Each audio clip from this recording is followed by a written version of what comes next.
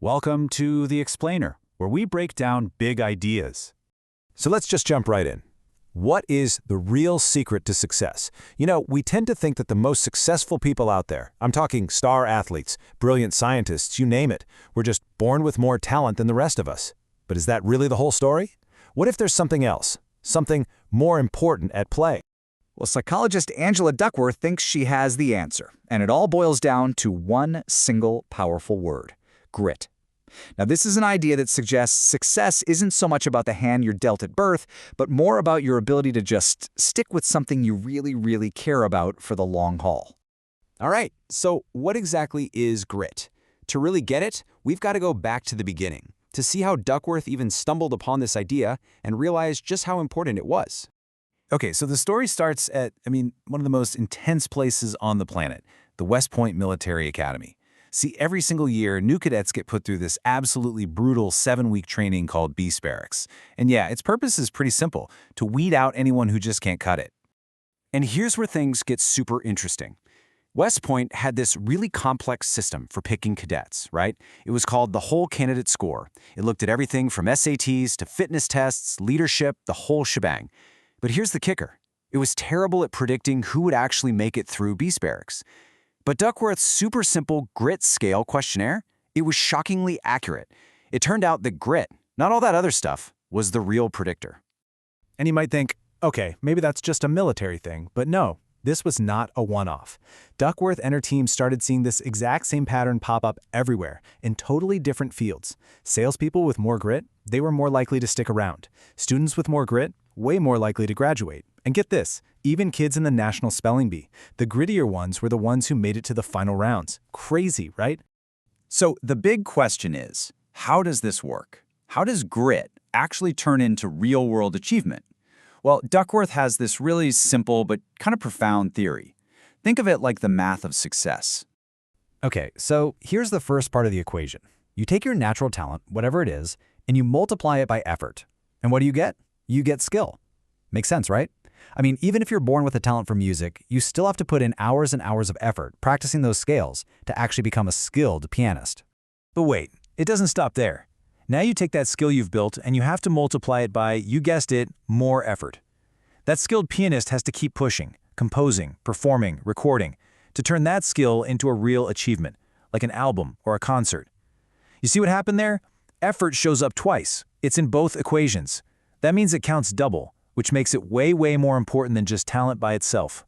And this quote from Will Smith just nails it perfectly. He's famously said that his success isn't because he's the most talented guy or the smartest guy. Nope.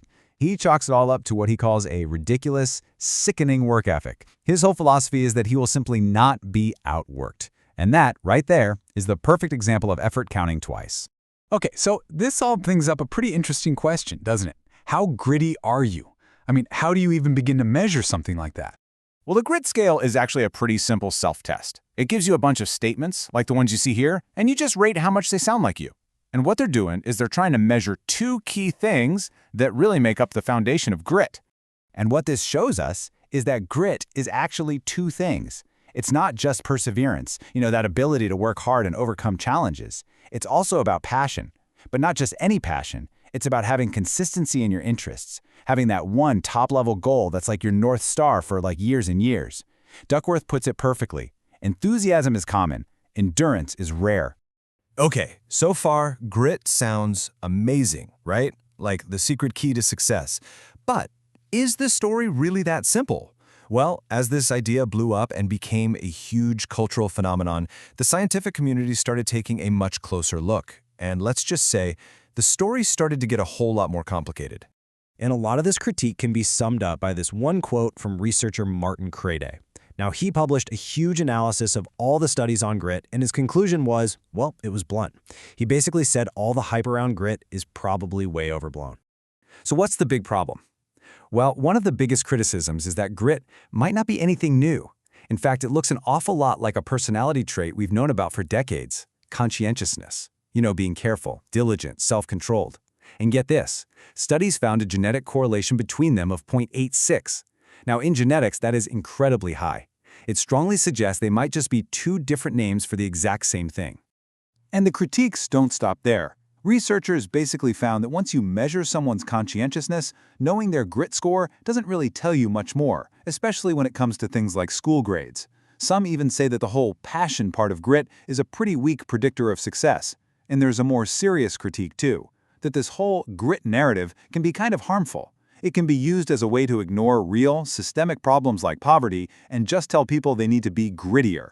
Yeah, and the researcher K. Anders Ericsson, you might know him as the guy behind the whole 10,000-hour rule, he pointed out another huge issue. He says that just looking at someone successful and saying, oh, they have grit, is a totally circular argument. It's like saying they succeeded because they have the trait of succeeding. It's worse than useless, he says, because it doesn't actually explain why or how they were able to stick with it in the first place. So, where does all this leave us?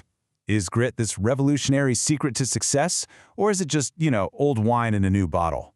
Well, as it usually goes with these things, the real answer is probably somewhere in the middle. To be fair, Angela Duckworth herself has said that the original grit survey had its problems, and she's also clarified that her theory was never supposed to be some kind of magic bullet for fixing school grades. She argues that true grit is about those huge, life-defining, long-term passions, which, let's be honest, high school algebra probably isn't for most of us.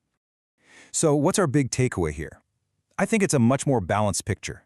Look, perseverance absolutely matters. The ability to stick with things when they get tough is, well, it's priceless. That's undeniable. But the simple grit narrative has some serious blind spots. It is not the only key to success. And praising grit without also talking about a person's circumstances, their opportunities, and the real-world barriers they might face, that can be a really big mistake. And that leaves us with one last, really important question to think about. This isn't just for teachers or parents, it's for all of us. How do we encourage that valuable skill of perseverance without ignoring the very real obstacles that can stand in the way of someone's success?